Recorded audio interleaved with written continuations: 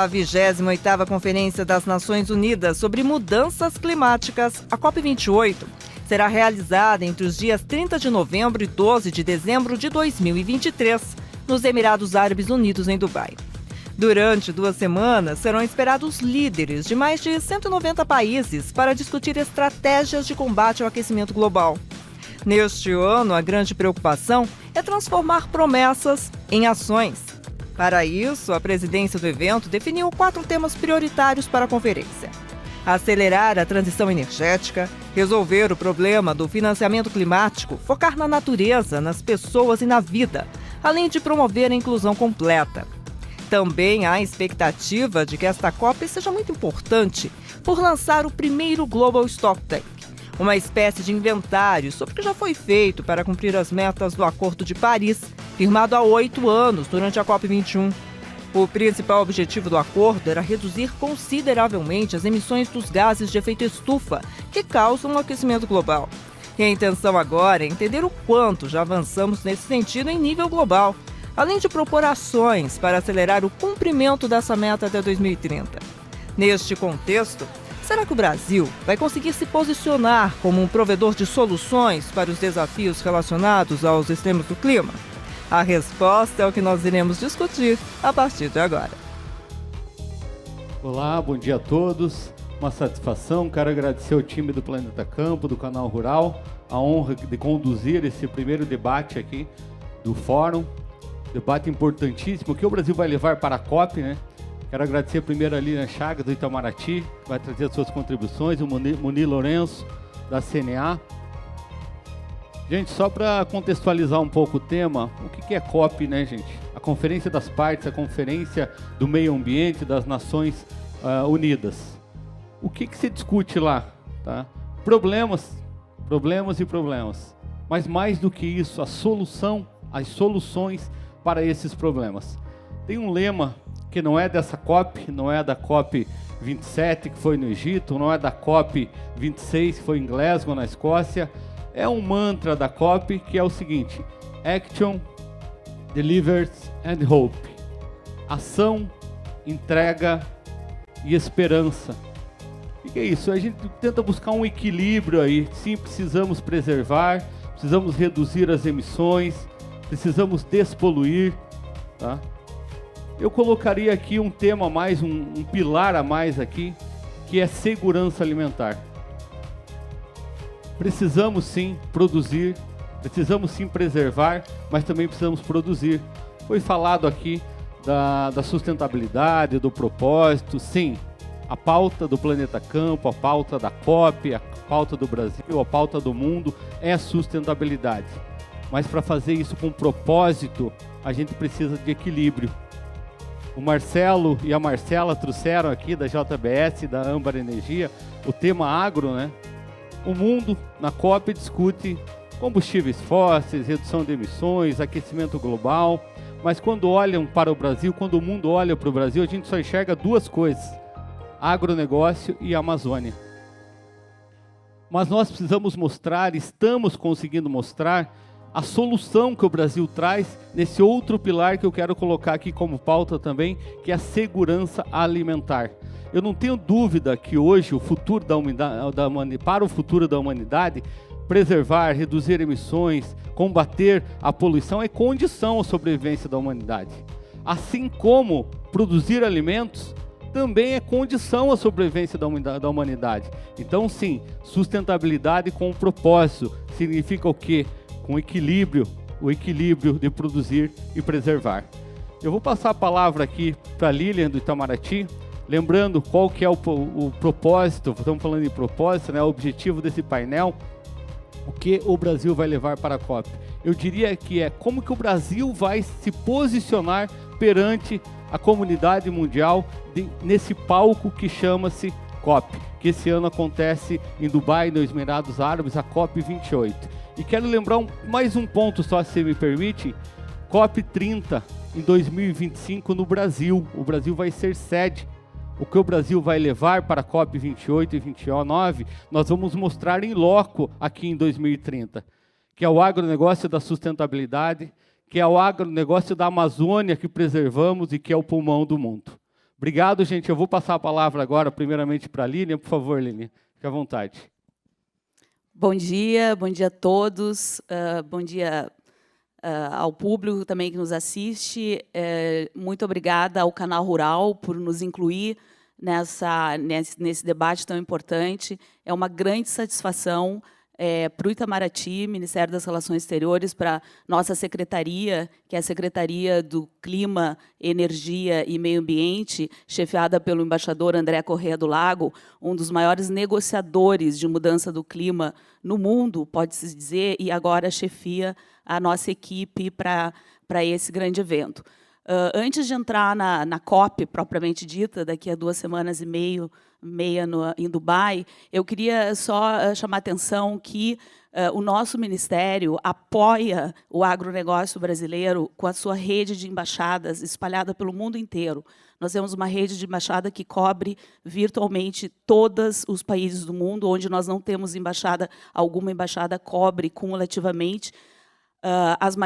Os maiores mercados do mundo são atendidos por setores de promoção comercial, setores de agronegócio, e nós fazemos esse trabalho, que é um trabalho cotidiano, de abrir mercados para as exportações do agro brasileiro. Esse é um trabalho muito importante, que as embaixadas realizam, está disponível para todos os setores do agro, e é uma coisa que a gente não deve menosprezar, porque o mundo é complexo, os mercados se abrem e se fecham com muita velocidade, e nós precisamos, como somos um país produtor e exportador muito importante, nós precisamos ficar vigilantes e atuar ofensivamente para conquistar e manter os mercados que estão abertos. Então, queria só fazer essa pequena propaganda de um trabalho importantíssimo que o Itamaraty presta ao Brasil e à sociedade brasileira, fazendo essa inteligência comercial, e que, obviamente, ela é importante para os nossos produtos mais competitivos. Com isso, então, eu passo a falar da nossa perspectiva para a COP28. Eu tenho uma pequena apresentação. Eu vou me levantar porque é mais fácil para mim. A COP, ela é hoje... primeiro, eu vou falar rapidamente sobre o que é essa reunião, e que é importante que a gente estejamos na mesma página, porque, como explicou o Giovanni, daqui a 2 anos, isso vai acontecer no Brasil. Obrigada. Daqui a 2 anos, nós seremos os anfitriões desse grande evento que vai acontecer agora em Dubai. Tá? Então, a COP ela é uma reunião de negociação. Tá? Ela é a conferência das partes de um acordo internacional, que é a Convenção Quadro das Nações Unidas sobre Mudança do Clima, um acordo internacional que já tem 31 anos de idade e que ele é a base de todas essas negociações. Então, é preciso manter um pouco essa perspectiva que é um foro de negociações, de debates, de geração de conhecimento e de acordo sobre como as partes nessa convenção podem atuar coletivamente para enfrentar esse problema global que é a mudança do clima. Essa foto aqui é a sede do secretariado dessa convenção, que fica na cidade de Bonn, na Alemanha. Tá? Então, é uma convenção com um secretariado que tem mais de 500 pessoas trabalhando, em todos os segmentos dessa pauta, que só cresce, né, nas últimas décadas, para conseguir enfrentar o problema da mudança do clima. Então, nós chamamos que o regime internacional para o combate à mudança do clima, porque ele é composto por 3 acordos principais. Tá? A Convenção Quadro, que é o primeiro de todos, é o mais antigo, é o que deu base a todas essas negociações. E por que eu queria chamar a atenção disso? Porque o objetivo geral desse trabalho, que é definido na Convenção, é de estabilizar as concentrações de gases de efeito estufa na atmosfera a um nível que impeça interferência humana perigosa no sistema climático. Então, esse é o objetivo principal, que foi sendo aprimorado ao longo dos anos e que nos leva até onde a gente chegou hoje. Agora, é muito importante essa parte final do objetivo principal, muito importante para esse setor, né? Essas medidas elas têm que se dar em prazo que permita aos ecossistemas se adaptarem a esse fenômeno, assegurando que a produção de alimentos não seja ameaçada. Então, essa preocupação de segurança alimentar, que é fundamental, ela está na base de todos esses acordos. Tá? E isso o Brasil tem, ao longo desses 30 anos, assegurado que essa prioridade se mantenha. O regime de mudança do clima ele se apoia em 3 principais pilares, que é mitigação. O que é mitigação? Medidas para redução de emissões de gases de efeito estufa. A adaptação, com medidas que permitem às comunidades, os países, se prepararem, né, mitigarem os efeitos da mudança do clima.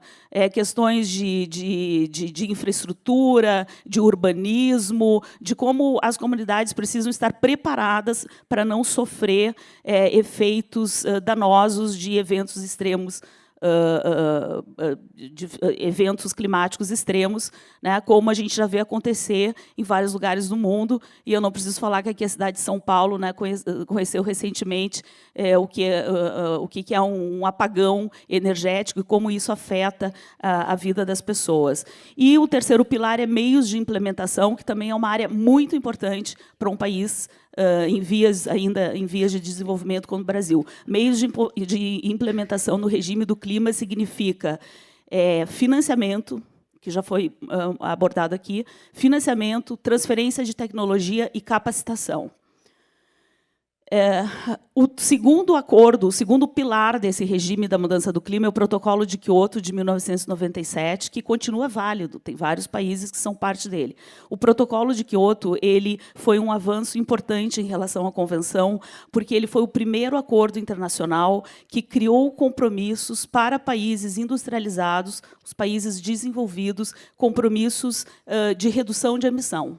Tá? Então, ele foi um acordo histórico, paradigmático, e ele obrigava parte do mundo, o mundo industrializado, a reduzir as suas emissões de gases de efeito estufa e cria uma série de mecanismos para gerar transparência, que os países... É preciso conhecer o grau de emissão dos países para poder planejar as políticas futuras, e esse protocolo foi muito importante para trazer também essas regras de verificação de emissões. E ele também foi inovador ao lançar o que está se transformando hoje nos chamados mercados de carbono, que são mercados de emissões de créditos de emissão de carbono. O embrião desse sistema ele está no Protocolo de Quioto. O Protocolo de Quioto, comumente, como se fala, ele não vingou, porque um dos grandes países emissores, os Estados Unidos, ele assinou o protocolo, mas ele não colocou em prática, inviabilizando, então, que os resultados fossem verdadeiramente globais. Vou passar rapidamente aqui. O terceiro pilar desse regime, que é o que mais se aplica hoje, em 2023, é o Acordo de Paris, um acordo adotado em 2015, que ele também inovou, no sentido de que, em Quioto, só os países desenvolvidos tinham metas de mitigação, tinham obrigação de diminuir as suas atividades poluidoras, as suas atividades emissoras de gases. O Acordo de Paris ele muda o paradigma, ele traz que todos os países partes, e isso é a totalidade dos países do mundo, 193 países, a totalidade dos países tinha que dar a sua contribuição. Essa forma ganhou o nome de NDC, na sigla em inglês, e que significa contribuição nacionalmente determinada. Então, qual foi a grande inovação sistêmica do Acordo de Paris? Ele não foca só nos desenvolvidos, ele aumenta a base de países que precisam agir para combater o fenômeno, que é virtualmente todos os países. Então, todos têm a obrigação de definir políticas de redução de emissão, mas são políticas que cada um fará de acordo com as suas possibilidades, com o perfil de suas emissões, que varia muito no mundo inteiro. Então, todos passaram a ter uma obrigação, mas os espaços nacionais para definir que políticas seriam adotadas foram preservados. E esse acordo também é muito importante reter que ele traz da Convenção de 92 o princípio de responsabilidades comuns, mas diferenciadas de acordo às circunstâncias nacionais. Por que isso é importante? Porque esse princípio é o princípio que permite, que aceita, que todos os países aceitam que os países que se industrializaram, que emitiram mais em séculos passados, eles são os principais responsáveis pelos efeitos da mudança do clima hoje, são as responsabilidades históricas. Então, pelo arcabouço dos acordos, essas partes são as mais responsáveis. Isso significa que elas devem fazer mais rápido e devem mobilizar financiamento para que o mundo em desenvolvimento possa também fazer a sua transição. Então, o Acordo de Paris ele tem essa grande novidade, que é de trazer todos para dentro do mesmo barco, preservando os espaços nacionais de definir políticas. Bom, daí a gente pula para a COP de Dubai, né? Então, a COP ela é hoje a maior conferência da ONU. Ela é uma reunião da ONU. O espaço negociador, onde as negociações vão acontecer, ele é responsabilidade das Nações Unidas.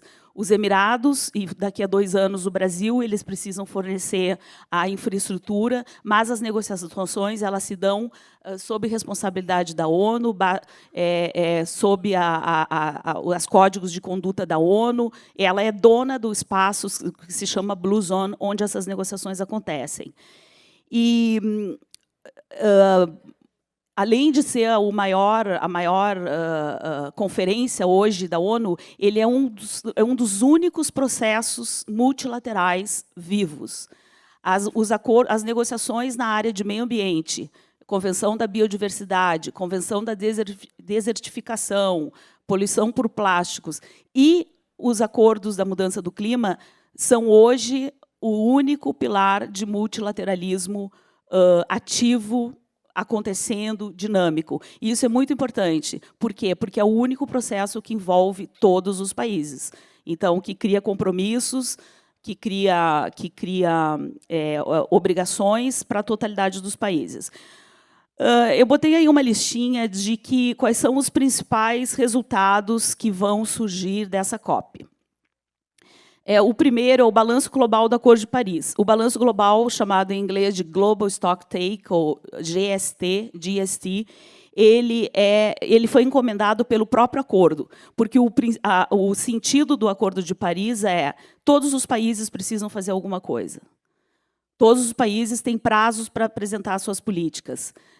Dentro de determinado tempo, agora, este ano, 8 anos depois da adoção, é preciso fazer um balanço, é preciso ver onde que essas políticas estão nos levando. Elas estão no caminho certo, elas não estão no caminho certo, elas estão funcionando para combater o fenômeno, não estão funcionando. Então, a importância dessa COP de Dubai, ela reside na decisão que será tomada sobre o balanço global. Isso vem sendo negociado há 2 anos, não é um processo que vai acontecer apenas agora em Dubai.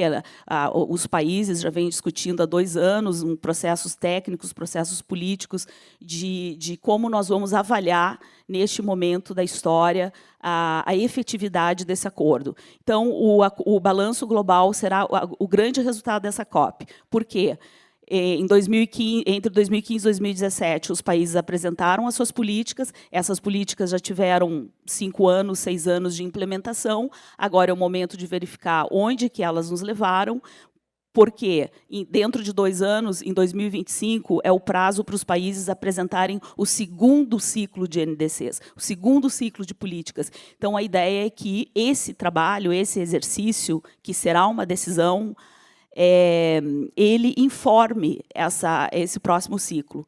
E se a conclusão for é preciso fazer mais rápido, como a gente tem expectativa que seja esse o resultado, os países em 2025 terão que apresentar NDCs mais ambiciosas, terão que incluir mais setores, terão que fazer uma contribuição mais rápida para realmente manter o objetivo do acordo, que não deixar que o aumento da temperatura passe de 1,5 grau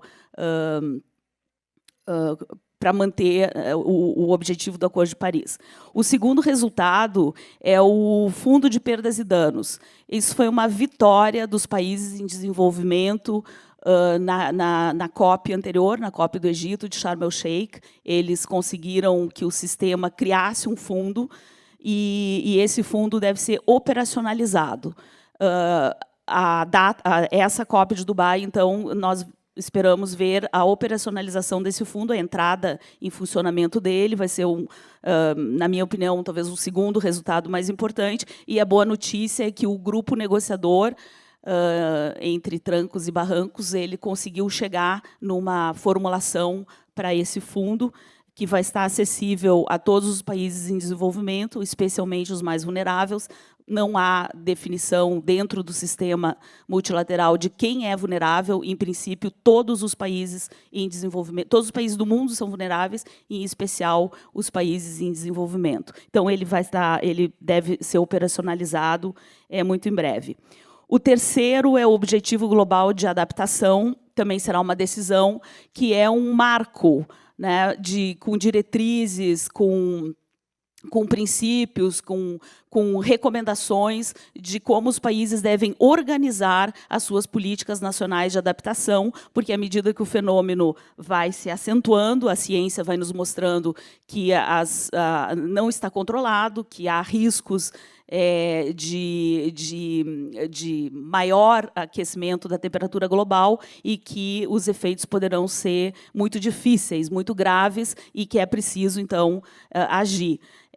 O Objetivo Global de Adaptação ele ganha importância nesse cenário, porque ele vai estimular que todos os países apliquem, né, tenham políticas de adaptação. Ele vai buscar formas de financiamento internacional para essa política, e também se espera que ele dê uma boa base, né, para a área de adaptação no nível local, no nível nacional, poder avançar. O quarto resultado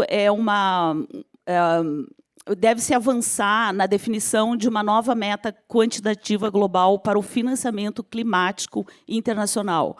Foi falado aqui pelo secretário de São Paulo que, com financiamento, se poderá fazer muito mais, se poderá fazer muito mais rápido. O regime internacional da mudança do clima, ele prevê, ele tem instrumentos de financiamento. Tem o Fundo Verde do Clima, do Fundo Verde do Clima, tem o Fundo de Adaptação.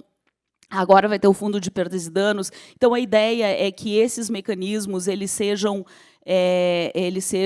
turbinados, que eles sejam muito reforçados, porque esse é um pilar que está ficando para trás, o pilar de financiamento. A meta de 100 bilhões de dólares anuais, estabelecida em 2009, ela não foi atingida na sua plenitude.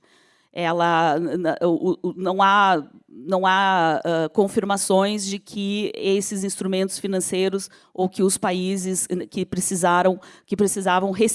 eles tivessem recebido esses recursos. Então, os 100 bilhões ele não foi atingido na sua plenitude. Os países doadores nos dizem que eles vão apresentar comprovações de que agora, em 2023, essa meta terá sido atingida e talvez também em 2022. Mas, de qualquer maneira, os estudos que mostram o que os países precisam fazer para financiar a sua transição energética, para descarbonizar todos os setores da economia e para se adaptar, não está mais na casa dos bilhões de dólares, está na casa dos trilhões de dólares. Então, essa discussão de financiamento ela é essencial, ela é fundamental, ela é uma das prioridades do Brasil e dos seus grupos negociadores nessa COP e nas futuras, e esse é uma área do regime que nós precisamos que avance e que avance com celeridade. E também tem tem resultados, tem um programa de trabalho em mitigação, que terá uma decisão, que poderá vir com algumas novidades, aí, trazendo recomendações, né, de áreas novas e antigas de como acelerar o processo de redução de gases de efeito estufa. O Brasil trará, nós não sabemos ainda se vai ser aceito, mas nós vamos trazer tentar trazer um novo item de agenda que nós estamos chamando da missão 1.5. A missão 1.5 seria um reconhecimento do país e uma proposta que os outros também aceitem, no sentido de que nós estamos vivendo uma crise climática, uma emergência climática, e que é preciso acelerar as medidas de transformação da economia para que o fenômeno seja, pelo menos, controlado. Então, não é uma ideia já pré-concebida, não tem um instrumento, um mecanismo pronto, mas nós queremos, com a coletividade dos países, dentro das negociações, no âmbito desse regime, achar meios de acelerar, de financiar o aceleramento dessas medidas. Então, basicamente, seriam criar estímulos positivos para, além das NDCs, para os países avançarem nas suas metas de mitigação. Como meu tempo já terminou, eu já expliquei, basicamente, então, o principal resultado dessa COP, o Balanço Global do Acordo de Paris. A nossa posição, que está ali no último ponto, são negociações, né, que já vêm se desenvolvendo, mas a nossa posição é que o mundo precisa reconhecer as lacunas de implementação do regime e atuar nessas lacunas, que as medidas são conhecidas, as políticas são efetivas, é preciso dar tempo e dar condições para que todos os países avancem nessas medidas. O Fundo de Perdas de Danos eu já expliquei. Esse aqui são princípios gerais para essa decisão que vai ser sobre objetivos gerais na parte de adaptação. São medidas que vão buscar reduzir a vulnerabilidade dos países, fortalecer a resiliência e fortalecer a capacidade de adaptação a fenômenos extremos. Nós queremos também que essas diretrizes elas abarquem fenômenos econômicos, fenômenos materiais e não materiais, que seriam, por exemplo, perda de conhecimentos tradicionais, destruição de culturas antigas, que isso possa ser também objeto de políticas nacionais de adaptação. Bom, então, nós estamos há 2 semanas e meia desse que vai ser o maior evento da ONU. São esperadas de 60 a 70 mil pessoas em Dubai. Esse aí nos Emirados Árabes, esse é o logo dessa COP. Para vocês terem mais informações sobre o que vai acontecer, o site, a página web é cop28.com. Lá tem muita informação sobre o que vai acontecer. É realmente um grande evento climático. E eu vou terminar, juro, Giovanni, explicando que a COP, que começou com uma reunião de negociação, ela se ampliou tanto que agora tem todo um outro mundo paralelo, que é a chamada Agenda de Ação. Vocês podem, no site, vocês vão encontrar esse programa. Cada dia, a presidência emirática ela criou os dias temáticos. Então, tem o dia da energia, o dia dos oceanos, florestas, eu não estou conseguindo ler, mas são uma série de dias temáticos onde acontecerão eventos, seminários, lançamento de iniciativas, lançamentos de coalizão de países querendo fazer uma determinada política. Tudo isso vai acontecer nessa agenda paralela às negociações, a chamada Agenda de Ação, que foi digamos assim, uma nova linha, um novo espaço que não é negociador, mas ele é de empurrador de maior ambição e que envolve não apenas os governos, os estados, envolve grandes corporações, empresas, o setor, né, agrícola, o setor industrial, o setor energético, para que esses setores possam network, fazer contatos, fazer parcerias internacionais. Então, as COPs elas também proporcionam esse segundo espaço que vai acontecer, que acontece né, em espaço físico diferente das salas de negociação. É uma chamada zona verde, com pavilhões nacionais, pavilhões de grandes empresas, e nesse espaço ele vai gerar realmente a grande movimentação. Então, é só para isso, ele gera uma pequena confusão, porque tem as negociações multilaterais que vão tirar decisões, e essas são as únicas que obrigam a totalidade dos países.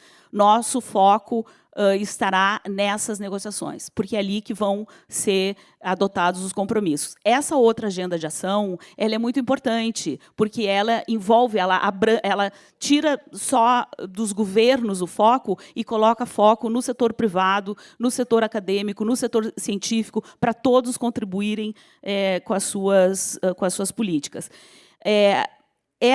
Vocês vão ouvir falar nesse espaço paralelo de centenas de declarações, iniciativas, pledges. Tá? Eles não obrigam os estados, eles são de adesão voluntária. Então, eles são indicações de países que querem caminhar numa direção ou querem caminhar numa certa velocidade em determinado assunto. Essa lista de declarações aí, elas são as declarações que estão sendo propostas pela própria presidência da COP28. Tá? Elas não são declarações negociadas. Eles oferecem os textos aos países e se adere quem quer. Dessa lista aí, o Brasil deve aderir a algumas, não a todas, mas a única que nós nos engajamos para tentar que o texto refletisse as prioridades do país e da América Latina é a primeira, que é uma declaração sobre agricultura, sistemas alimentares resilientes e ação climática. Porque nós, como né, um dos maiores produtores e exportadores de alimentos do mundo, achamos que não podemos ficar de fora de uma declaração que não cria propriamente princípios, não criam obrigações, mas que já delineia uma série de princípios que podem vir a informar negociações futuras. Então, essa declaração, o Brasil, muito provavelmente, vai fazer parte. Esse é um estudo da Agência Internacional de Energia que tem recomendações de políticas a serem adotadas sempre de acordo com a capacidade de cada país, de acordo com a vontade política de cada país, na velocidade que esse país considera necessário, sem arriscar nem a segurança energética, nem a segurança alimentar. Mas a Agência Internacional de Energia fez um trabalho robusto de indicar caminhos para a neutralidade de carbono até a metade do século, e tem todas as áreas, tem todos os setores da economia envolvidos. É interessante os que tenham interesse de olhar quais são essas recomendações, e é possível que alguma dessas recomendações na área de energia sejam aterrizem em alguma decisão dessa COP. Principalmente duas recomendações, que é que os países devem triplicar o uso de energias renováveis e os países devem duplicar a eficiência energética. Então, para quem tiver mais interesse, pode procurar esse estudo, está disponível no site da Agência Internacional de Energia, porque ele é um indicador de políticas que a comunidade internacional acredita que sejam necessárias nesse ponto para levar à neutralidade de carbono. Bom, com isso eu encerro. O Departamento de Clima no Itamaraty está à disposição para qualquer dúvida que vocês tenham. Esse é o nosso melhor meio de contato. E eu só vou fazer um pequeno housekeeping.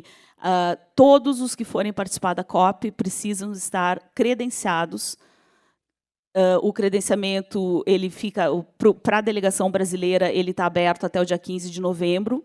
Tá? Se buscarem na internet credenciamento COP28, rapidamente vai aparecer as regras. Só quem planeja ir à COP28 do Dubai precisa estar credenciado. A delegação brasileira é aberta à sociedade civil, ao setor privado, todos serão credenciados como delegação brasileira.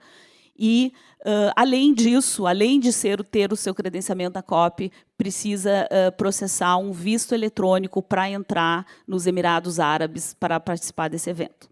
Tá bom? Muito obrigada. Obrigado, ministra Lilian, pela sua contribuição. Eu só quero fazer 3 destaques aqui, com base na sua fala. Uma, eu estive recentemente com o embaixador André Corrêa do Lago, e você reforçou aqui um detalhe muito importante dessa visão do Itamaraty, que é a preocupação com o agro, usar o agro sustentável como um ativo brasileiro nas negociações, nas discussões. Então, muito importante esse reforço que você trouxe aqui, que o embaixador já tinha feito com a gente. Segundo destaque, o segundo e o terceiro eles são comuns, são similares, que é a questão do fundo de perdas e danos, o fundo de reparação, que você trouxe aqui também, e o financiamento climático.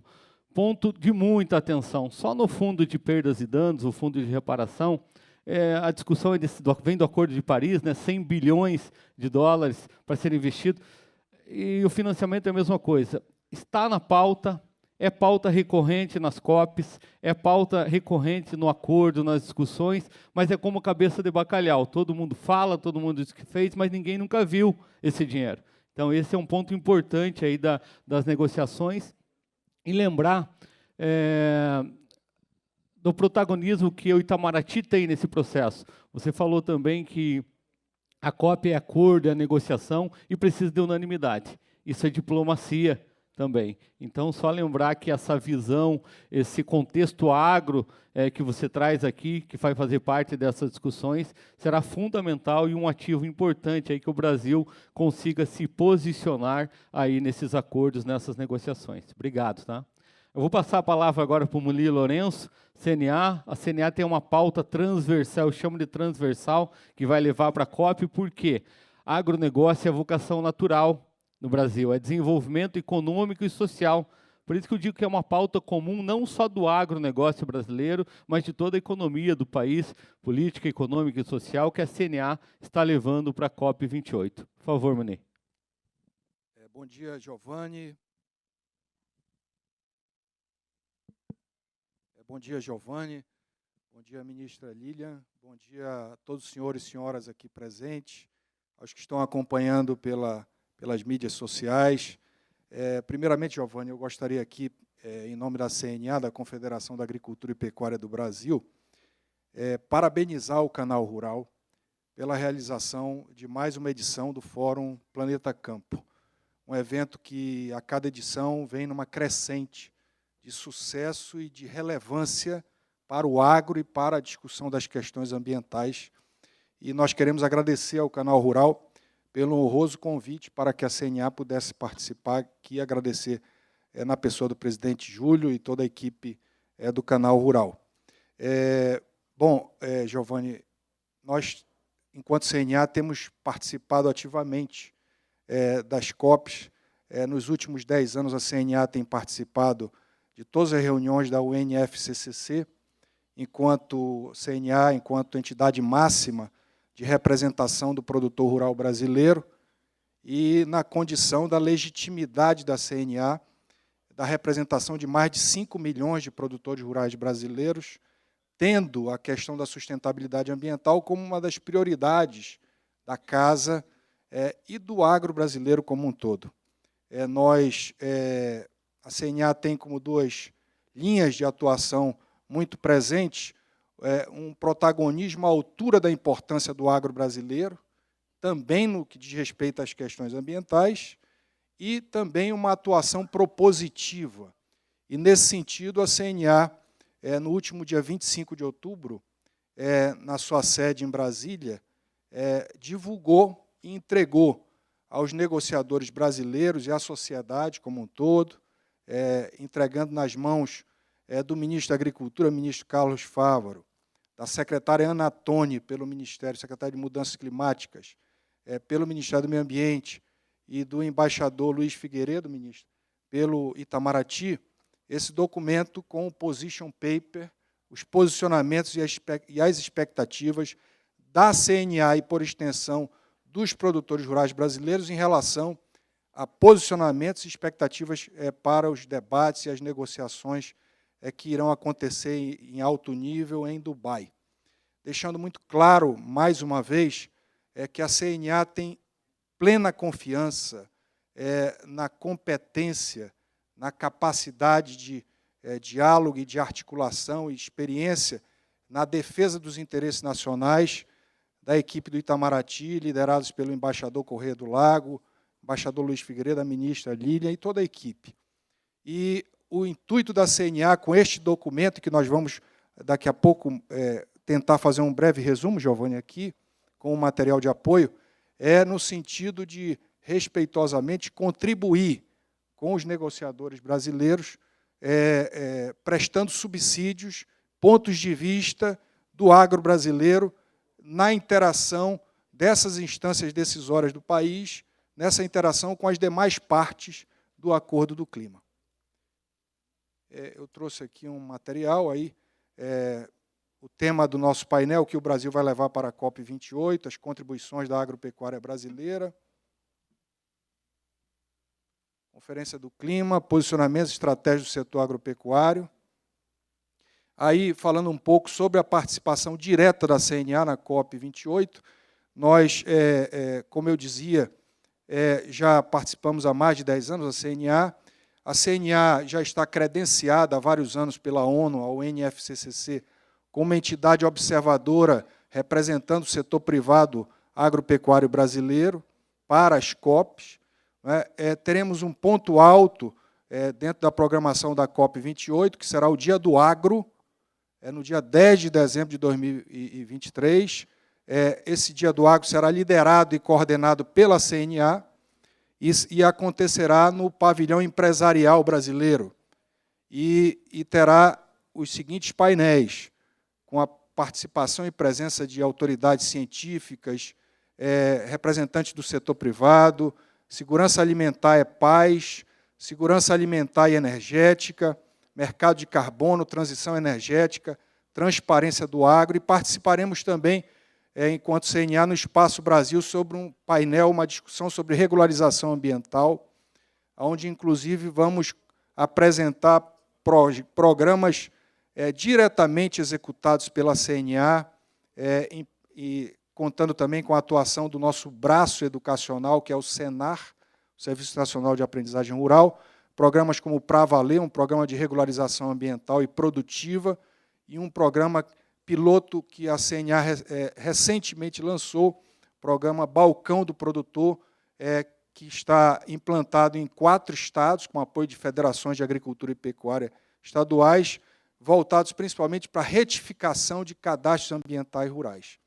Aí, as negociações, e aí a ministra Lília já apresentou, e a nossa visão também pela CNA, muito próxima, praticamente semelhante, idêntica, desses principais pontos: Global Stock Take, o financiamento climático, transparência, agricultura, adaptação, mercado de carbono global, e também atenção sobre compromissos multilaterais, compromisso global de metano e a declaração de líderes dos sistemas alimentares. Para nós, CNA, as COPs são momentos ímpares para que o nosso país possa efetivamente mostrar ao mundo, e os olhos do mundo vão estar voltados este ano para Dubai, em dezembro, para mostrar os esforços significativos do produtor rural brasileiro, do agro brasileiro, no sentido do Brasil enquanto referência mundial de agricultura tropical de baixa emissão de carbono. Mostrarmos para o mundo, dados verdadeiros, com base científica, mostrando a enorme contribuição do produtor rural brasileiro e do agro brasileiro para a questão da segurança climática. Mostrar o Brasil enquanto potência agroambiental e energética, mostrar o nosso país como parte da solução para o enfrentamento das mudanças climáticas, mostrar o nosso país como um dos países com uma das metas climáticas mais ambiciosas daquelas partes do Acordo de Paris, mostrar o nosso país como detentor de uma das legislações ambientais mais completas e mais rigorosas do mundo, não é? Então, isso tudo, com certeza, nós acreditamos que a COP28, além de uma grande arena de debate, é um momento ímpar. Não é? E, ainda voltando à questão dos negociadores, dizer que esperamos muito que das decisões de Dubai possam emergir realmente ações efetivas para o enfrentamento das mudanças climáticas e que de lá venham decisões genuinamente movidas pela preocupação ambiental, que de modo algum essas decisões possam ter qualquer tipo de interferência que não seja dessa natureza, que eventualmente questões econômicas, comerciais, protecionistas, não possam vir a turvar o foco genuíno e principal da COP com as questões ambientais. Aí a agropecuária brasileira no Acordo do Clima, aí, como eu já havia citado, a agropecuária é a parte essencial das ações climáticas, e aí na COP precisamos mostrar com muito vigor, né, o agro brasileiro como um agro que se notabilizou como potência mundial de produção de alimentos, e aqui o Giovanni frisou com muita propriedade, né, essa relação tênue, segurança climática, segurança alimentar, e aí o Brasil tem um lugar muito especial no contexto mundial, um país que cresceu como agro de forma verticalizada, incorporando tecnologias, ciência, aumentando produtividade, poupando terra. Estamos destacando aí, não é, que antes mesmo das reuniões da UNFCCC, que timidamente tratavam do tema agropecuário, o Brasil já tem, desde 2011, uma política pública que é referência para o mundo em termos de agricultura de baixo carbono, que é o Plano ABC. Então, isso precisa ser muito destacado, a nosso ver. Aí, eu queria só voltar aqui também, nós estamos destacando aí que cada vez mais as partes, os países, denotam a importância da agropecuária para os seus compromissos de enfrentamento das mudanças climáticas. Hoje, depositados no Acordo de Paris, são 141 ações que envolvem a agropecuária das diversas partes no Acordo do Clima. Aí, o principal ponto que a ministra Lilian aqui abordou, e nós também temos essa clareza, o Global Stock Take, essa primeira avaliação global do cumprimento das ações, da questão da meta de 1,5 graus. A COP de Dubai terá, com certeza, isso como um dos seus principais pontos, e nós sinalizamos aí esse terceiro ponto aí da nossa apresentação, as recomendações de medidas de demanda citadas, e nós sabemos que essa avaliação global irá caminhar também para recomendações que a UNFCCC realizará diante dos resultados dessa avaliação. E a nossa ponto de atenção é que, e com certeza os nossos negociadores brasileiros estão muito atentos em relação a isso, é de que essas recomendações não venham a colocar em xeque a competitividade do agro brasileiro e nem possam vir a estabelecer, de algum modo, restrições a comércio e à produção e ao comércio internacional. Aí, financiamento como alavanca para as ações climáticas. Nós, enquanto CNA, entendemos que é mais do que chegada a hora do destravamento da pauta de financiamentos climáticos. Esperamos muito que da COP28 surja uma decisão que efetivamente consolide a obrigação dos países desenvolvidos em materializarem inicialmente o compromisso assumido por esses países que, historicamente, como dito pela ministra Lilian aqui, contribuíram para a questão das mudanças climáticas, que o compromisso que esses países assumiram em Copenhague em 2009, dos 100 bilhões de dólares anuais, possa se efetivar. porque os especialistas já acenam que o Global Stocktake pode vir a concluir de que os resultados fiquem aquém da meta do 1,5 grau. E, muito provavelmente, esse resultado vai ficar aquém em função de que as partes não estão podendo acelerar as suas ações climáticas e que demandariam muito esses recursos de financiamentos, principalmente vindos dos países desenvolvidos. Transparência e aprimoramento dos inventários, isso é muito importante. A CNA considera que nós precisamos avançar muito na clareza, na metodologia dos inventários, para que nós possamos ter balanços de emissões e de remoções de carbono, com foco na agropecuária brasileira e levando em consideração as práticas e tecnologias de agricultura tropical. E, então, esse ponto nós consideramos também fundamental para a COP28. A agricultura, que cada vez mais ganha espaço nas discussões, não é? As COPs vêm reconhecendo cada vez mais que as mudanças climáticas têm uma relação intrínseca com a questão da agricultura, da segurança alimentar, os impactos que essas mudanças climáticas trazem para a agricultura e para a produção de alimentos. Então, esse tema é muito importante e nós acreditamos que o grupo, antes de Coronívia e agora do ano passado, COP27, o grupo de Sharm el-Sheikh, possa se consolidar avanços agora na COP28 e, principalmente, definir como será o grupo Sharm el-Sheikh do online portal para registrar as ações climáticas de agricultura e segurança alimentar dos países, para que já em 2024 os primeiros projetos possam ser inscritos.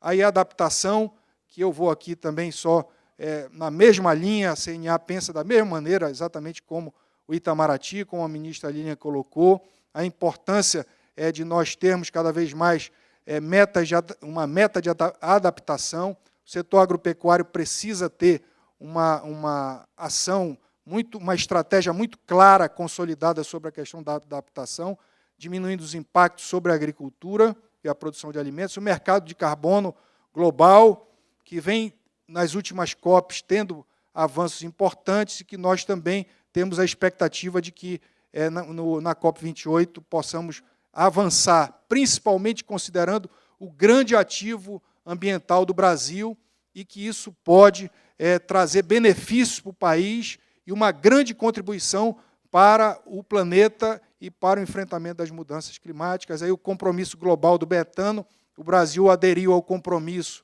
na COP26, em Glasgow, né, e nós temos aí, e pontuamos aí algumas preocupações da CNA, pontos importantes da CNA, do agro brasileiro.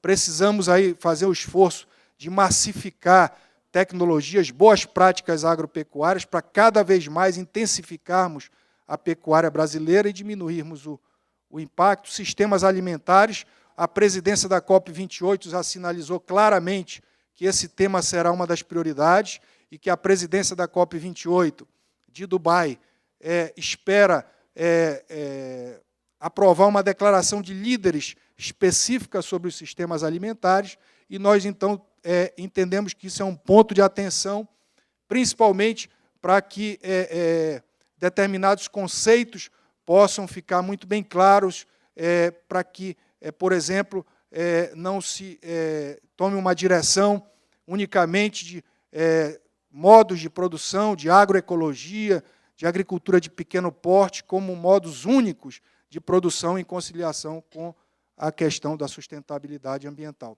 E, para encerrar aí, a CNA reforça aqui, nesse grande evento, seu compromisso e do agro brasileiro com a importância de fortalecer a agropecuária de baixo carbono, pautada pelo plano ABC+, com base das ações que o setor trará para o alcance da NDC brasileira. Muito obrigado a todos e, mais uma vez, pela oportunidade.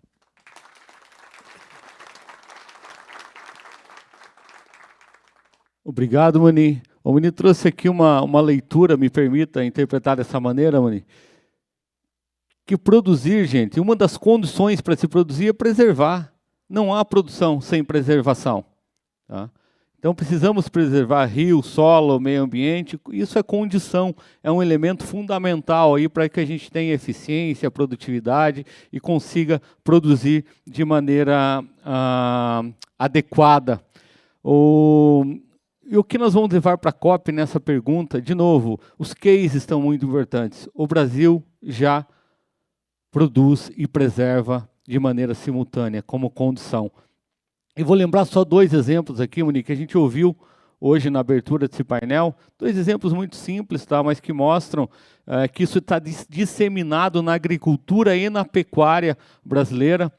O Rogério da UPL falou da parceria da soja, programa Soja Baixo Carbono com a Embrapa. O que é a soja, gente? A soja é o principal ativo da agricultura brasileira. Tá? Preserva, sim, através de tecnologia, de manejo, um programa do soja baixo carbono, por exemplo, sustentado em tecnologia e boas práticas. Lembra aqui do plantio direto, que deixa esse balanço positivo, né, entre sequestro e emissões na agricultura. Aí o Zanata da Amba Energia falou do sebo bovino, da economia circular, que vira biodiesel, que abastece uma usina termoelétrica. Isso é sustentabilidade, isso é o agronegócio sustentável. Mas, ok, feitas essas pontuações, eu quero iniciar o debate aqui e lembrar também quem está presente com nós aqui, direto do Jockey Club em São Paulo, pode fazer a sua pergunta também para os nossos painelistas, para a ministra Lilian, para o Munir Lourenço da CNA. A gente tem aqui alguns promotores que vão circular aqui entre vocês podem chamá-los, erguer a mão e pedir para fazer a pergunta. E os internautas, ou quem nos assiste pela TV também, você tem aí um número de WhatsApp que você pode enviar a sua pergunta, que nós vamos trazer para o debate aqui desse painel sobre a COP28. Eu quero iniciar trazendo um tema que a ministra Lilian trouxe também na apresentação dela, que é a agenda temática da COP, de todas as COPs e da COP28. São 9 temas que a gente tem, em todos, um para cada dia da COP, tá? Do dia 1º ao dia 9. Lembrando que a COP vai do dia 30 ao dia 12, mas você tem aberturas, tem as negociações finais, relatório, mas essas agendas temáticas ocorrem do dia 1º ao dia 10. Um dia a gente vai falar de agricultura, de acordo com as agendas, agenda temática, tá? Agricultura, água e solo, se não me engano, eu já vou tirar essa dúvida aqui para vocês, mas é o seguinte, todos os outros 9 dias são temas correlatos à agricultura.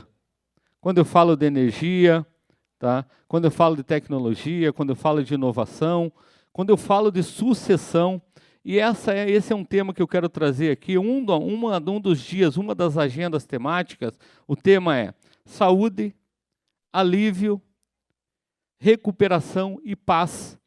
E aqui eu pego um gancho para provocar o Munir de novo, ele trouxe na apresentação dele, de segurança alimentar e paz.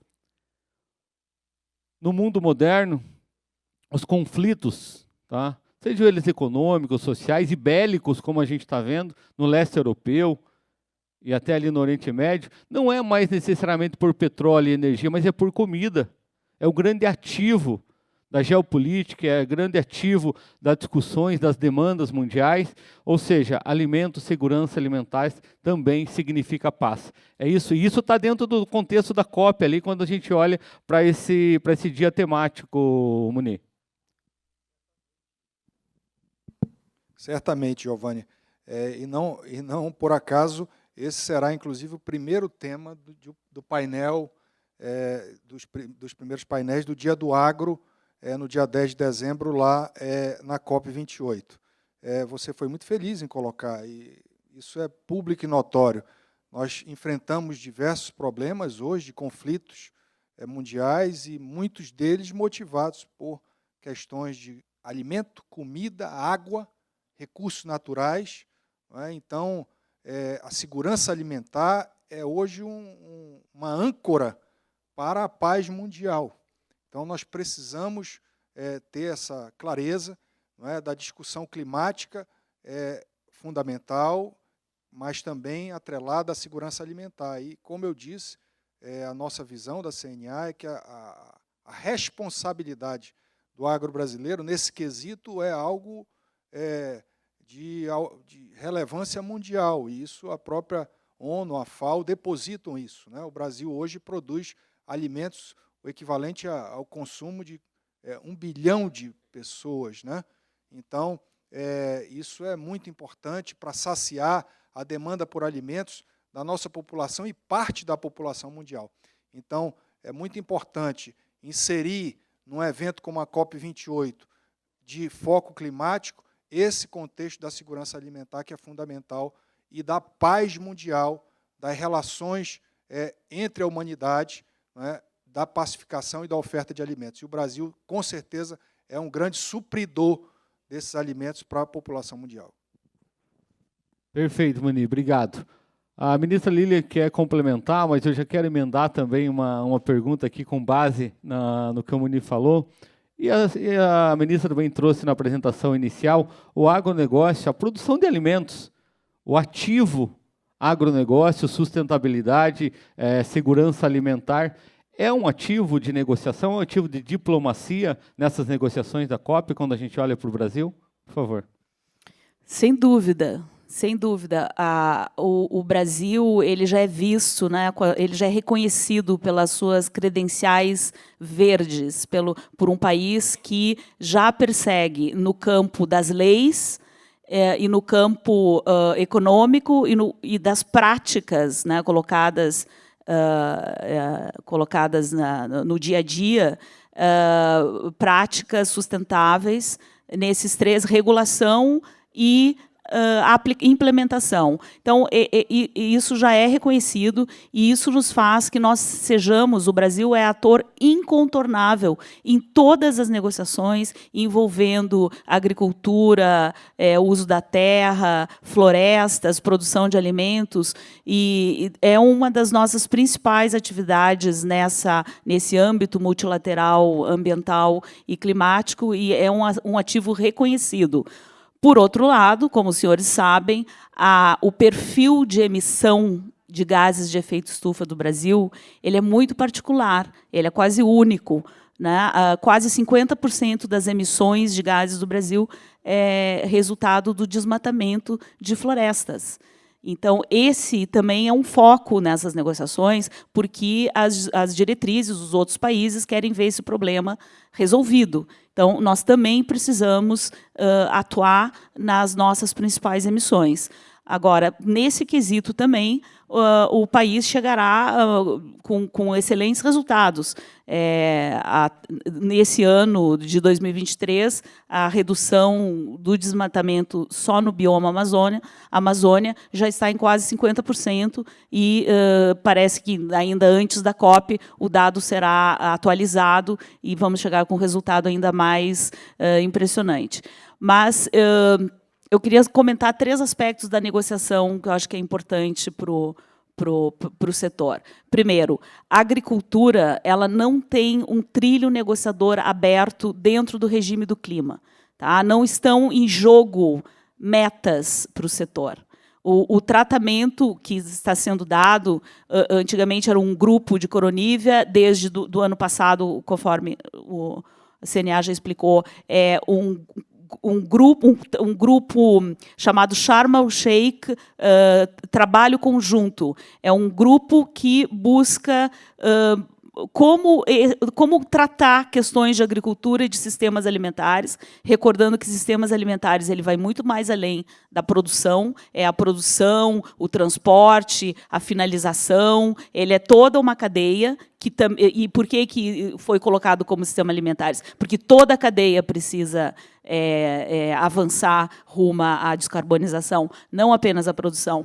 Então, é um grupo de trabalho conjunto. Não são esperadas, né, definições de objetivos que sejam obrigatórios para esse setor. Mas é um trabalho muito importante, cujo resultado está prestes a sair. O primeiro resultado vai ser um portal, né, uma plataforma online, onde todos os países colocarão as suas ações, e isso como uma base para catapultar os investimentos em projetos agrícolas no mundo inteiro. Então, é só para deixar isso bem claro, né? O espaço da agricultura é um espaço, nas negociações do clima, é um espaço para buscar cooperação, para buscar aumentar a resiliência, proteger a produção para que ela não sofra os efeitos danosos da mudança do clima e buscar essas alternativas sustentáveis de aumentar a produção com proteção ambiental ao mesmo tempo.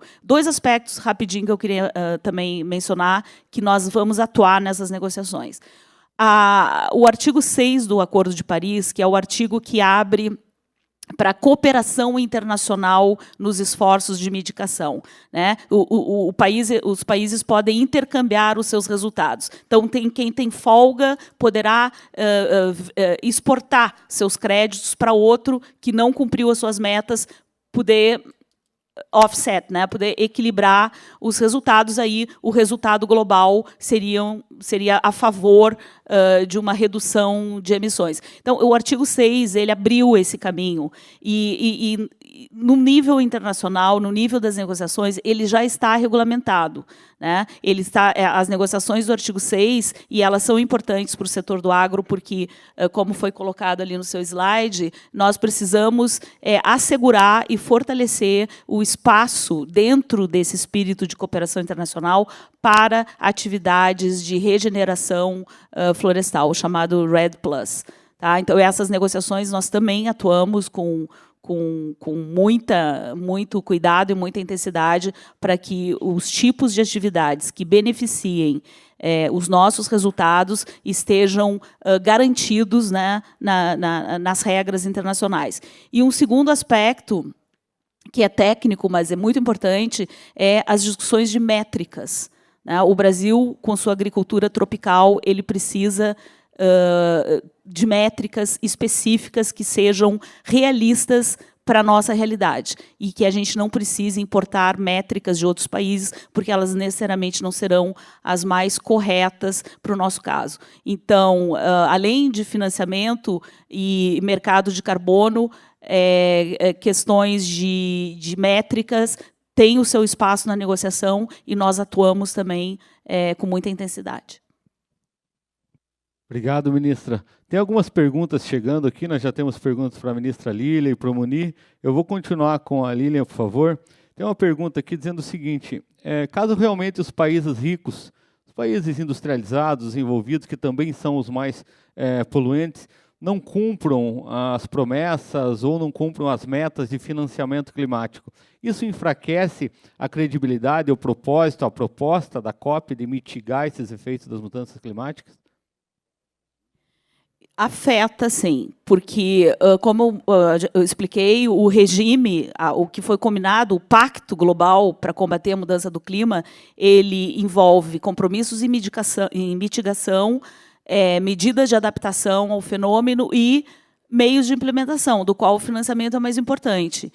Então, isso gerou o não cumprimento dessas metas estabelecidas em 99, ou o cumprimento parcial, tá? Porque os países doadores, os países ricos, eles dizem que vão comprovar que os 100 bilhões foram atingidos em 2023 e talvez em 2022.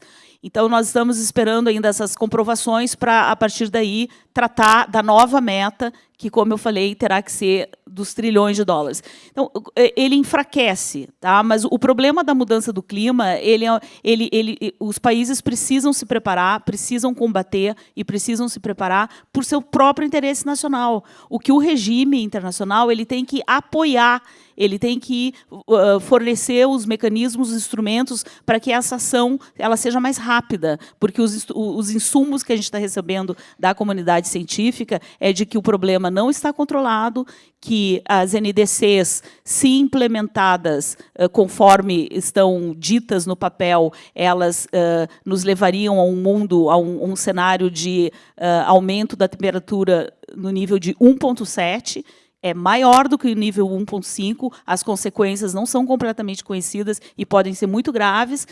E se forem cumpridas as NDCs, né, as políticas nacionais que estão previstas, mas também uma análise de como elas estão sendo efetivamente implementadas, nos levariam ao nível de aquecimento de 2,5, 2,6 graus em relação aos níveis pré-industriais. E isso realmente seria um cenário muito difícil para a totalidade dos países, e ele deveria ser evitado com toda a força. Então, a questão do financiamento ela é central, ela está na agenda, e é um dos pilares que o Brasil e o conjunto de países negociadores terá que achar soluções, porque elas são cada vez mais urgentes.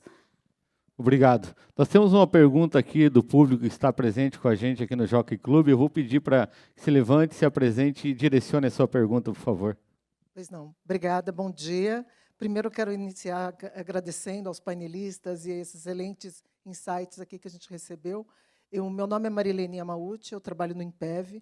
O INPEV é o gestor do Sistema Brasileiro de Logística Reversa de Embalagens Vazias, depois que o produtor rural utiliza os defensivos agrícolas. E muito do que vocês falaram são coisas que a gente vive no dia a dia. Então, eu queria muito ouvir a opinião de vocês com relação a como a gente pode, né, no Brasil, trazer mais visibilidade a esses tipos de programa que vocês citaram aí, cases, né? Então, por exemplo, o Sistema Campo Limpo hoje, ele já evitou a emissão de mais de 900 mil toneladas de CO2 equivalente. E a gente ainda, né, encontra pessoas que não conhecem esse sistema no mundo. É o único que também fez a economia circular das embalagens. Então, hoje, as embalagens devolvidas pelo agricultor, que, como vocês bem colocaram, né, tem um papel importantíssimo, ele preserva o ambiente, porque é parte do insumo que ele precisa. Como que a gente pode, cada vez mais, né, colocar essas pautas tão relevantes e tão importantes para o Brasil e mostrar que a gente realmente está fazendo a lição de casa aqui? Obrigado, Lilian. Eu vou deixar à disposição vocês dois, por favor, quem quiser comentar. Bom, eu acho que o INPEV é digno de aplauso esse trabalho e todos os parceiros envolvidos no programa de Campo Limpo e de recolhimento de embalagens vazias de defensivos agrícolas. É um exemplo, com certeza, de mais uma iniciativa muito bem sucedida do nosso país, né, de conciliação, produção e sustentabilidade ambiental. Esse programa é mais um exemplo que precisa ser mostrado para o mundo inteiro, né, porque ele, em última instância, mostra também o alto grau de comprometimento do produtor rural brasileiro e de todos os elos da cadeia produtiva com a questão da preservação dos nossos recursos naturais. Então, isso é muito importante. Nós, a CNA, o Senar, tem parcerias dentro do programa em vários estados, e eu acho que a COP também é um palco importante, sabe, Giovanni, para nós mostrarmos tantos exemplos, bons exemplos do agro, do Brasil, com a produção de alimentos e sustentabilidade. Um desses é o programa que foi citado aqui. Quer comentar, ministra, por favor? Sim. Olha, tem várias maneiras, né? Mas nós precisamos informar essas boas medidas, esses bons resultados, dentro dos nossos compromissos de transparência dentro do regime. Né? Todas as partes na Convenção do Clima, elas têm obrigação de reportarem as suas emissões e reportarem as suas capturas, né? as suas funções de sumidouro, que é uma área que o Brasil tem muito a contribuir e a capitalizar. Então, garantir que esse tipo de resultado faça parte do nosso inventário, que é informado à Convenção do Clima.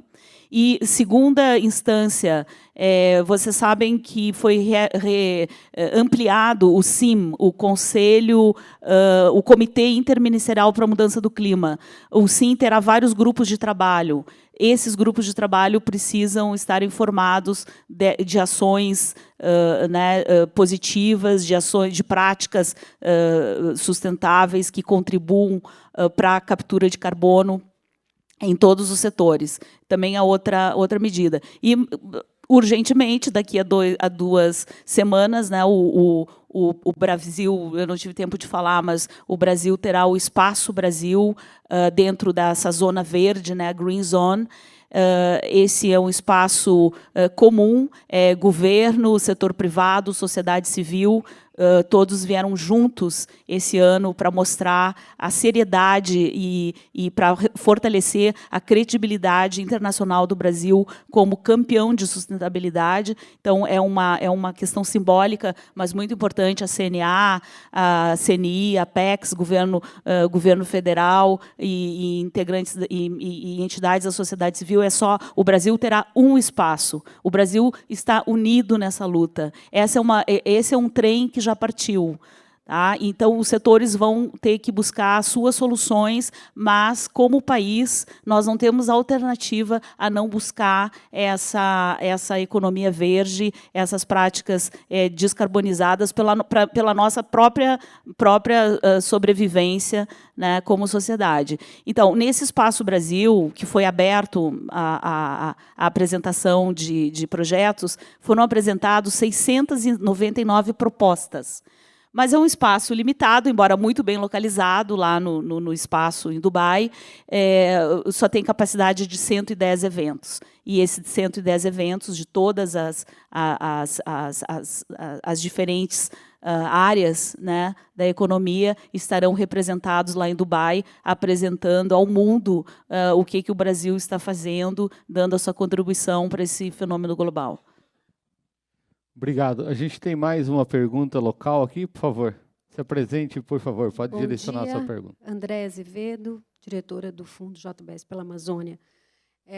A pergunta vai para os dois. Na verdade, não tem como falar em mudança climática sem falar de uso da terra no Brasil, né? 75% das emissões estão ligadas a isso.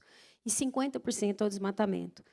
Então, o desafio está muito grande, grande, não é, do ponto de vista do uso da terra, mas as soluções também são muito favoráveis dentro do campo do uso da terra. Minha pergunta, um pouco, Lília, para você, como que a gente tem uma meta de zerar o desmatamento até 2030, né? Então, como que o governo federal tem se preparado para isso? Qual que é o tamanho do desafio do desmatamento legal? A gente sabe que, no Cerrado, uma parte considerável é desmatamento legal, que, para a conta climática, segue sendo desmatamento. Então, não sei como que o Brasil apresenta isso na COP esse ano. E, Muni, a minha pergunta é assim, como que o produtor, comum mesmo, produtor que está lá na terra, como que a questão da mudança climática, o não desmatamento, como que está chegando para o produtor? Qual que é essa conversa, esse diálogo que vocês estão tendo com o produtor? Obrigada.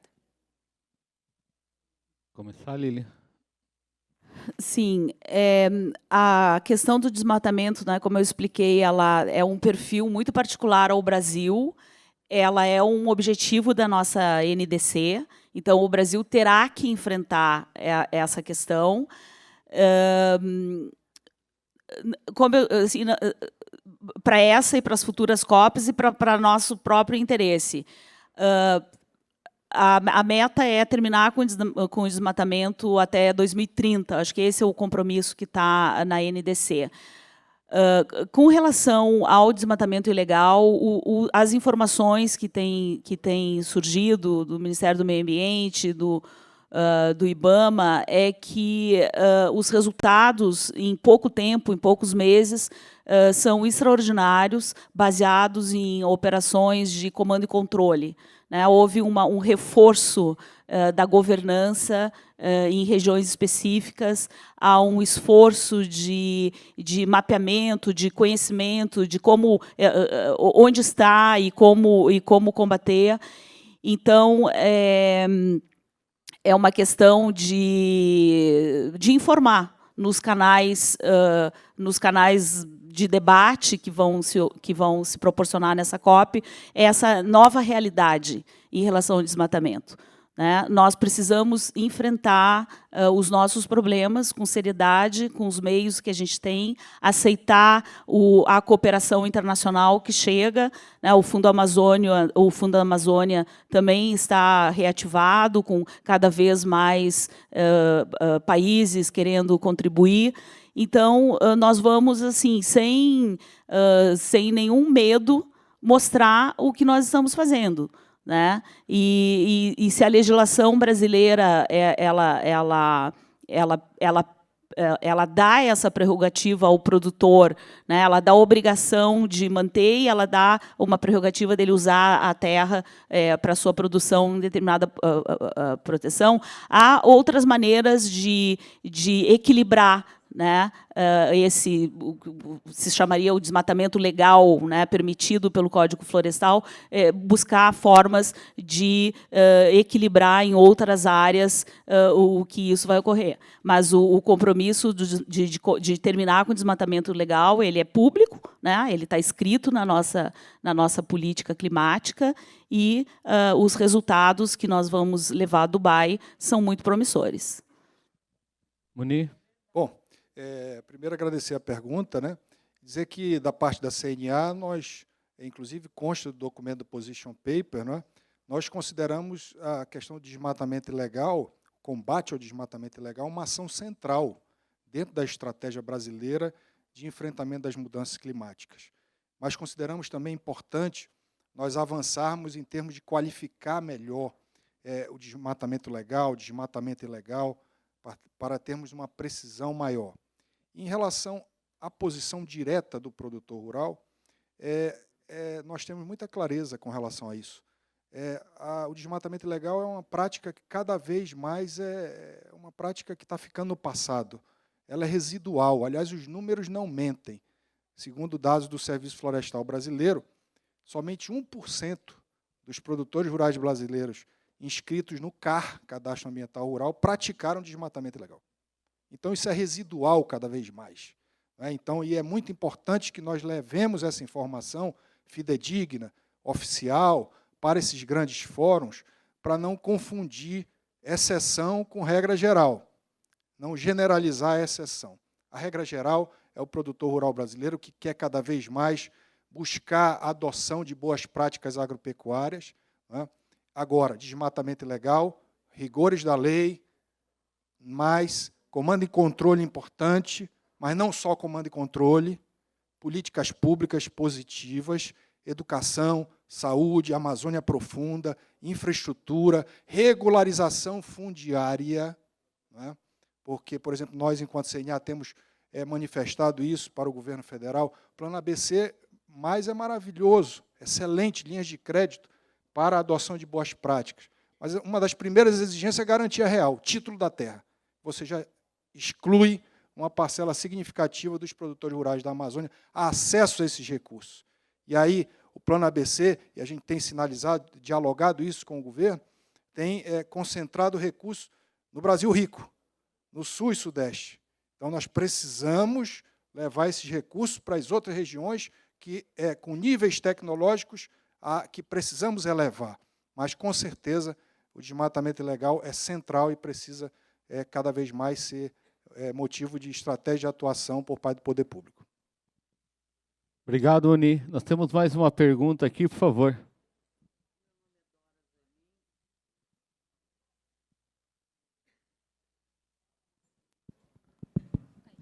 Meu nome é Dora Zanin, eu sou produtora rural no Paraná, no Mato Grosso do Sul, no Mato Grosso. E meu pai que levou a soja para o Paraná no começo da década de 70. Então, quer dizer, eu conheço muito o agro e sou daquele tempo do agro que a gente era chamada de caipirona e o pai da gente era chamado de roceiro. Hoje ficou fashion ser do agro, né? Naquele tempo não era. Mas o que eu queria falar era agradecer a oportunidade de estar aqui, cumprimentar vocês e dizer à ministra que nós estamos precisando de ajuda nesse momento, até porque o desmatamento, o que está sendo falado aí nas mídias e a gente está vendo, e eu que ando bastante o Mato Grosso, porque eu ando as minhas fazendas do Mato Grosso do Sul até o Mato Grosso. o desmatamento foi maior agora, nesses últimos meses, né? Então, e a gente já não pratica mais as nossas... Eu inclusive, oportunamente, quero dizer que eu paguei um projeto para facilitar o Código Florestal, ministra, para facilitar o entendimento para o cidadão urbano brasileiro e do mundo entender o nosso código, inclusive com a tradução para o inglês e para o espanhol, que até hoje não tem. Os nossos embaixadores não têm nas mãos um código em inglês para mostrar para a mídia lá de fora o que é que nós fazemos. Inclusive, vai ter aplicativo, que eu estou aí com demonstrativo no meu telefone celular, ainda não está pronto, com a Sociedade Rural Brasileira, que você vai poder colocar as coordenadas, ministro, no telefone e abrir no aplicativo a minha fazenda, a fazenda de quem quer que seja, e mostrar o que é reserva legal, o que é PP, porque ninguém sabe, nem o cidadão urbano brasileiro sabe, que dirá o lá de fora. Mas eu queria pedir ajuda, porque o que está acontecendo, por exemplo, no sul do Pará, nós estamos num momento muito difícil, com assuntos do marco temporal, e que são coisas muito sérias e que a mídia não passa, e era importante que passasse, porque essas ações que estão sendo feitas pela Polícia Federal, pelo governo, com o Ministério do Meio Ambiente no sul do Pará, eu estive numa reunião essa semana com a ministra Ellen Grace e o ministro Carlos Mário Veloso, e nós pudemos ver que tem várias coisas que não são dessa forma. Então, lá no sul do Pará, em São Félix do Xingu, está acontecendo o que está acontecendo lá em Gaza. E a gente precisa de ajuda para poder ajudar essas pessoas e resolver de uma forma que seja de paz, que o Brasil também precisa disso. Era isso que eu queria falar. Muito obrigada. Obrigado, Dora. Não sei se alguém quer comentar alguma coisa. Talvez o Muni, eu quero trazer uma pergunta que também tem, Muni, do espectador nosso, que fala que se essas discussões, essa proposta, esse direcionamento da CNA para os temas que o Brasil vai levar para a COP, traz a preocupação com a reserva legal, a APP, que hoje você não consegue usar isso para contar, por exemplo, crédito de carbono, mas é um ativo importante que driva toda essa discussão de sustentabilidade na agricultura brasileira, e que a produtora trouxe um pouco disso aqui também, né? Com certeza, Giovanni, um depoimento autêntico, né, de quem realmente sente na pele, que é produtor, eu também sou, e sabe que muitas vezes se sente até às vezes agredida por certas informações distorcidas que são passadas, narrativas que são criadas, não sei por qual motivação. Nós precisamos ter, esse é um grande desafio, levar a verdade. O secretário de São Paulo falou aqui, eu peguei ele falando, né? Nós só precisamos de uma coisa, levar a verdade lá para a COP28, mostrar a verdade. Então, realmente, e a preocupação dela, eu faço coro, realmente, quando ela diz da preocupação de situações como vem ocorrendo lá no sul do Pará, enfrentamentos, conflitos, isso isso é uma coisa que a gente precisa avaliar bem. A gente é um país pacífico, o Brasil sempre foi um país pacífico, então precisamos buscar essa questão. E sobre a pergunta, Giovanni, do espectador, com certeza, a CNA, eu falava que há 10 anos a CNA vem acompanhando, participando das reuniões da UNFCCC, sempre se posicionou de que as áreas de reserva legal e as áreas de preservação permanente sejam elegíveis para geração de créditos de carbono.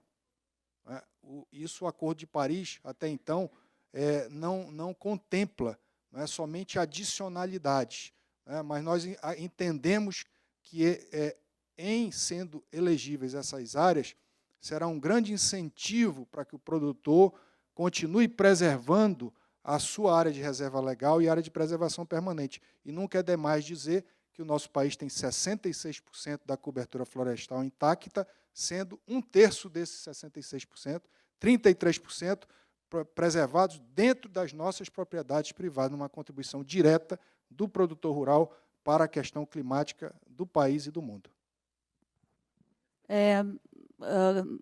Eu queria fazer 2 comentários a respeito disso. Agradeço o seu depoimento. Não vou me manifestar sobre situações no Brasil, eu sou funcionária do Ministério das Relações Exteriores, a nossa atuação é do Brasil para fora, mas é claro que a gente precisa compreender a realidade brasileira e explicá-la, e a nossa função é que as regras internacionais não limitem o potencial do Brasil e que criem oportunidades para o Brasil crescer ainda mais. Então, essa é o nosso foco, a nossa atuação, e democracia que somos, ouvimos todos os setores, até na formulação dos nossos conceitos, das nossas ideias para os diferentes grupos negociadores. Nós fizemos reuniões de coordenação com todos os ministérios, com o setor de governo e também com o setor produtor e com a sociedade civil. Então, nós sabemos bem onde estamos e onde queremos chegar. O que eu queria fazer um comentário, que é um desafio de todos nós, governo, produtores, de todos, influenciar melhor a imagem que o Brasil tem no exterior nesse setor. Porque quando, em qualquer documentário, reportagem relacionado à mudança do clima e o Brasil, a imagem que aparece é da Amazônia queimando. Mas a imagem que deveria aparecer é a imagem do slide da CNA, da floresta em pé e o gado pastando. Então, esse é um desafio comum que nós temos que mudar a compreensão do mundo de como nós estamos lidando com os nossos próprios desafios e com as nossas próprias potencialidades. Então, e até porque essa primeira imagem, ela não reflete a realidade mundial da mudança do clima. O vilão da mudança do clima é a queima, a combustão de combustíveis fósseis. Então, a imagem que o mundo deveria estar vendo são avenidas e estradas repletas de veículos poluidores. Os nossos recursos naturais, as nossas florestas, a extensa agricultura extensiva praticada no Brasil, elas são parte da solução. Elas têm que serem potencializadas como sumidouros de carbono. Em vez de emissores. Então, esse é um jogo de narrativas que os países que existe na seara internacional e que nós também devemos, sem medo, sem vergonha, tentar transformar. Porque a imagem que tem que aparecer do Brasil em mudança do clima é a da sustentabilidade e não a do problema. Obrigado, ministra. O nosso tempo está encerrando. Infelizmente, não vou conseguir abrir para mais perguntas, mas eu quero uma consideração final dos nossos painelistas num tema que a ministra puxou. O eterno desafio da narrativa, da comunicação, da imagem do Brasil, que depende muito também de diplomacia. Mas eu entendo que todos os elos da cadeia produtiva, da produção primária, a agroindústria, as cooperativas, o governo, o público e o privado, precisam criar uma narrativa comum, uma narrativa real e sustentável do Brasil, do agronegócio brasileiro. Queria as considerações finais de vocês, já trazendo esse tema também. Monique, quer começar, por favor? Bom, só a nível de considerações finais, mais uma vez agradecer, Giovanni, o convite, a oportunidade para que nós pudéssemos estar aqui pela CNA e participar desse evento extremamente relevante. Dizer que realmente é um desafio para todos nós, o desafio da comunicação, não é? Para levar a comunicação verdadeira. Nós, enquanto CNA, temos procurado contribuir com estratégias de aproximação da imprensa, e aí o canal rural é também um instrumento extremamente importante, sempre muito atuante a nível das COPs, né? O Giovanni é sempre muito presente, o canal rural nas COPs, transmitindo informações, formando a opinião pública, levando a opinião pública brasileira e de fora do país essas informações. Então, esse é um desafio, com certeza, mas a CNA tem procurado colaborar com estratégias de interação com veículos de informação nacionais e internacionais, antes, durante e pós-COP, levando essas informações para ir desmistificando determinadas narrativas que acontecem e que alguns dizem, eu não tenho como provar, não é?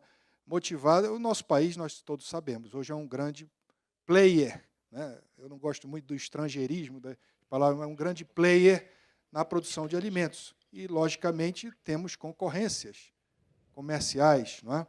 E, então, precisamos estar muito atentos para que essa concorrência não possa, eventualmente, construir determinadas narrativas para atingir a imagem do produto e do produtor rural brasileiro. Isso, a CNA estará sempre atenta, vigilante, e será sempre uma trincheira na defesa da imagem verdadeira do produtor rural brasileiro, altamente comprometido com a sustentabilidade ambiental. Obrigado, Giovanni. Obrigado, Mani. Ministra Lilian, por favor. O Banco Mundial, publicou um estudo recente aí do primeiro semestre, colocando o Brasil como um estudo de caso, como tendo todas as condições de fazer essa transição para uma economia de baixo carbono num tempo relativamente seguro, com relação às metas de mudança do clima. Então, isso é muito promissor. E também, dos eventos que eu participo no exterior, surgiu uma informação de que nós já temos a tecnologia para conseguir uma neutralidade de carbono antes de 2050. Ou seja, somente com as tecnologias existentes hoje, a economia brasileira conseguiria tornar-se mais sustentável, mais de um perfil de baixa emissão, só com as tecnologias disponíveis hoje. Com as novas tecnologias que estão surgindo com uma velocidade avassaladora, nós poderemos chegar nesse objetivo ainda antes do tempo. Então, eu acho que o que nós precisamos é acreditar no poder do Brasil, precisamos entender que o Brasil precisa ser o maior conhecedor de si mesmo. Nós precisamos criar as soluções que funcionem para a agricultura tropical, para as características dos diferentes biomas, criar mais ciência, fomentar as tecnologias, usar a cooperação internacional, usar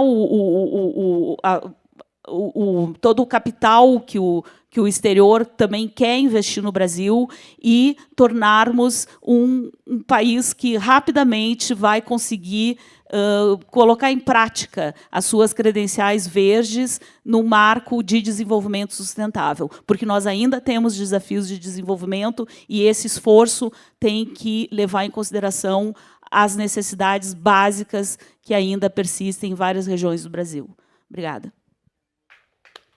Mais uma vez, obrigada, ministra Lilian, Muni, pela participação, pelas contribuições. Obrigado a todos que nos acompanham aqui presencialmente, pela multiplataforma Canal Rural. Por fim, eu quero convidar todos, tá, para acompanhar a COP28 pelo Canal Rural. Planeta Campo, Canal Rural, estaremos presentes na COP, acompanhando todas as discussões ao lado do Brasil, ao lado do agronegócio, ao lado do produtor brasileiro e transmitindo todas essas discussões e encaminhamentos para a sociedade brasileira.